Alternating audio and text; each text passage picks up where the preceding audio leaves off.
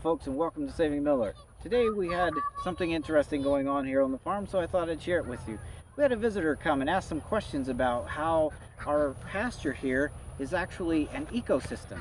And so we're going to take a look at some of the different parts of what is going on. It looks really simple, but it's actually pretty complex. So come along and we'll explain what's happening. Today we're in beautiful sunny Phoenix, Arizona, and we are on Saving Miller Farm. We're going to be talking about the ecosystem and different animals that pertain to that ecosystem. So here's the farmer, and I would just like to ask you some questions about your ecosystem. I understand that this is a pastoral grassland, is that correct? Yes, so this is a grassland. This is not a native grassland, but that's the reason I have to be here. I'm the farmer, so I got to make so that this whole ecosystem works and functions correctly. So I have to make sure that we're getting the right inputs to the system so that we can get the outputs that we want. What are some major abiotic factors and biotic factors? We'll first look at the abiotic factors, which is just a fancy way of saying non-living parts of your ecosystem. Okay, so the non-living parts, we really have three. And we are very diligent here about making sure that we have the right inputs so that we're not putting artificial fertilizers and chemicals into the system. So everything here is completely natural. We don't use herbicides or pesticides or anything like that. We make sure that the cows, for instance, are eating just basically grass, and the chickens and ducks are eating organic feed because they're a key part of it. So for the abiotic factors that we have here, we really have the soil, and that's the non-living part of the soil, the minerals. We have water. We use irrigation water to flood these pastures about every 2 weeks, and we have the sun. So that's the entire input that we manage putting into the system here for the non-living parts. Okay, interesting. So what are some of your biotic factors, which is just the living organisms that affect your ecosystem? So that's where it gets really complex. This looks pretty straightforward and simple here, but it's actually not. So we've got a ton of different living organisms that are involved in this whole thing. So we have a surface here that we're working with, but there's really a lot going on below the surface as much as there is above the surface, probably more. Okay. So for the living factors, we have this interface of the grass and the soil, and that interface is what delivers the part of the ecosystem that we care most about, which is eggs and meat. And that's what the animals are interfacing with. And so it's really important that our soil and everything below the surface is very healthy. So in the soil there are microbes, there are earthworms, there are grubs, there's gophers, and all kinds of things going on underneath the soil that we can't see, and we don't have a lot of control over it as long as we give them the water and the good healthy environment that they need. Now above the soil, we've got the grass here, so our cows eat the grass, and the ducks and chickens eat a little bit of grass, but they also eat a lot of bugs and seeds, and so they help to maintain and spread different seeds around. They'll harvest some, they'll harvest the pests, they'll eat those, and they'll turn those pests into good quality eggs and meat for us. Awesome. Is there a way we could walk around and just take a closer look at the animals? Sure, let's go take a look.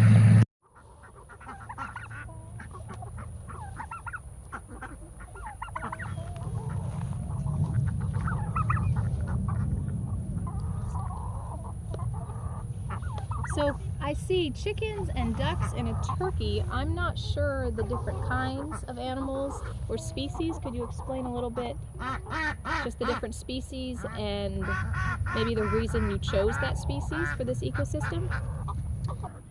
Sure, we have cream leg bar hens that roam around, and they're eating bugs and seeds all the time.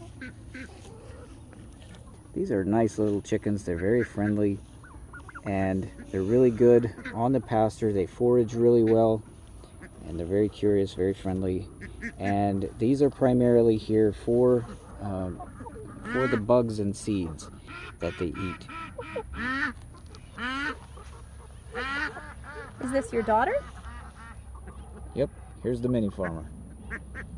She likes her chickens. She's very good at taking care of them. how about the turkey? Is there a specific reason you have the turkey living among the same area with the chickens and ducks?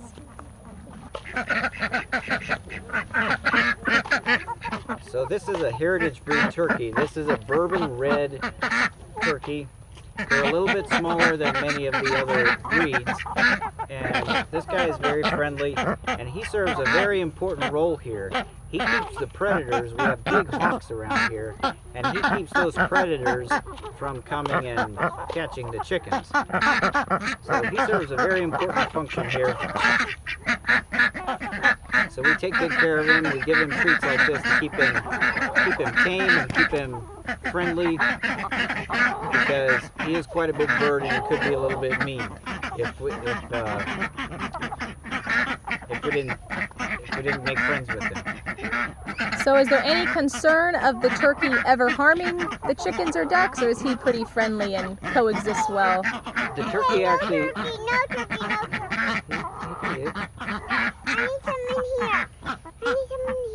We'll get more. We'll get more soon. We got the turkey as a very small chick, and he was literally the size of a chicken chick, like very small. And he actually grew up with a number of the ducks, and so he views them as his flock, and he's very protective of them. So he will run off other birds and potential predators that come around. So he's a protector of the flock here. He hangs out with them all the time. So I see you have quite a few ducks as well. Is there a difference between any of them, or are they all the same breed? These ducks are all the same. This particular breed is Ancona.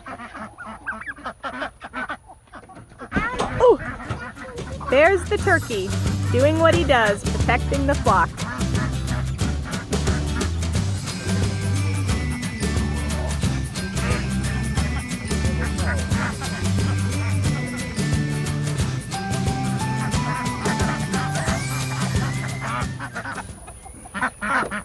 These are Ancona ducks. They're a fairly rare breed. They're kind of a heritage breed as well. They were developed as a domestic breed about 100 years ago. And the reason we chose these is because they forage really well. They actually eat grass. Like, they love the grass and the seeds and everything out here. So they eat a lot of things that the chickens won't, and they also help to manage the manure here. They help to spread it out. The chickens do a little bit, and the ducks really finish it. They just tear it up. And so all of the manure that the cows put on the pasture, the ducks and chickens go through and they break it up so that it can disintegrate and go down into the soil and feed the organisms and feed the grass.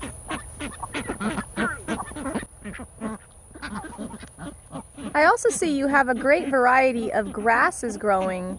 Is there a specific type of grass? Have you planted this yourself, or is this natural to your ecosystem? This is all natural. Primarily we have a warm season grass right now.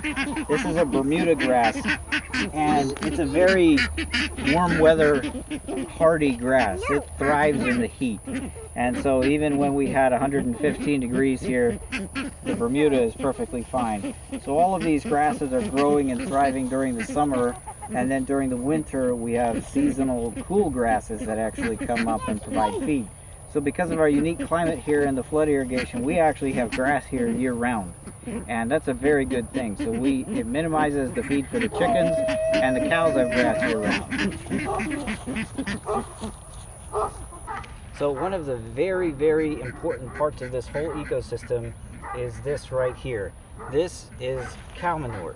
And the cow manure is a huge source of nutrition for the grasses that grow. And so the cows eat the grass, but then they return a lot of that feed in the form of nitrogen back to the soil and the grasses. And so if we just had a big hard pile of manure, it wouldn't be that helpful. But what happens is the chickens and birds in the area actually come and they scratch this and they dig around in it and they turn it over, and they eat some of the little bugs, that the fly larvae that that grow in the manure, and that helps to maintain the fly populations. At the same time, this gets spread out so that more of the grass gets fed in the area, and that really helps to keep the whole pasture vibrant. And I see there's the cow himself. What kind of cow is this? So this is a Black Angus cow. These are absolutely critical to the whole ecosystem here. One of the reasons is because of the fertilizer that we just talked about, but the other reason is that they help to maintain the pasture. So they basically mow this for us. If we didn't mow it, the chickens and ducks would have a hard time because they don't like grass that's really tall. They really like grass that's short so they can look around, they can see things, they can find the food that they're looking for. So these guys are hugely important to the whole ecosystem. And they're pretty fun too. Are these primarily milking cows, or do you raise them simply to help your ecosystem or for beef? We are raising these cows for beef. And the way that we manage them here is using a rotational grazing. So we don't give them access to the whole pasture ever. We give them access to a very limited portion. And about every day or so, we give them a new section of grass. And the reason for that is because they're selective in what they eat. And so that, on the other hand, it also gives the grass the rest period. So we're helping the grass to flourish, and we're helping the cows to flourish because they are always getting that new fresh grass that hasn't been messed with, and the grass gets the chance to rest. And so the grass you just saw was freshly grazed. They've been over that, and it's going to need a rest pretty soon so that it can grow back. And so that's the reason we rotate these guys every day. So that's what I got to go do now. I got to go give them some fresh grass.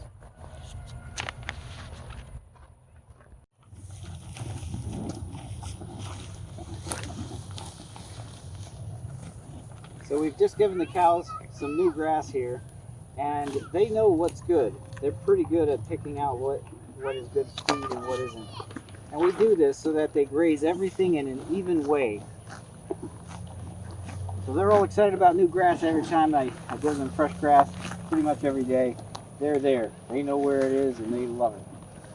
And because of this, we're actually able to raise 3 head on less than 3 acres. We actually have right about 2 acres.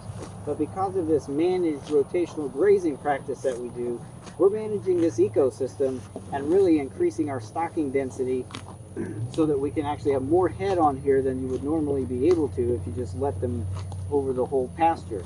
So before we got here, there was 1 cow and 1 horse on here, and there was no grass. They had eaten everything down across this entire field, down to nothing. So I actually have more pounds on this pasture now, and I have way more grass than these guys can eat. I could add another cow and still have extra grass. So by managing the ecosystem in a natural way and providing a healthy management system, we're actually able to improve this ecosystem and make it more productive. So this has been a very interesting look at a natural ecosystem managed by a farmer, specifically Saving Miller Farms. We've learned a lot about the grassland, pastoral grassland of Arizona, and it's interesting to see how he's kept it as natural as possible and is continuing to do so with the goal in mind to keep it organic and family friendly. I see that. I have a chicken. So we as humans are actually a really key part of this whole ecosystem, and it's important because we want this ecosystem to primarily feed us.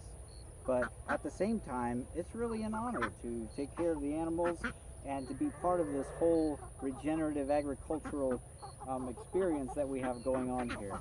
It's very interesting, and we really enjoy it. It's good for our children, and that's why we're here.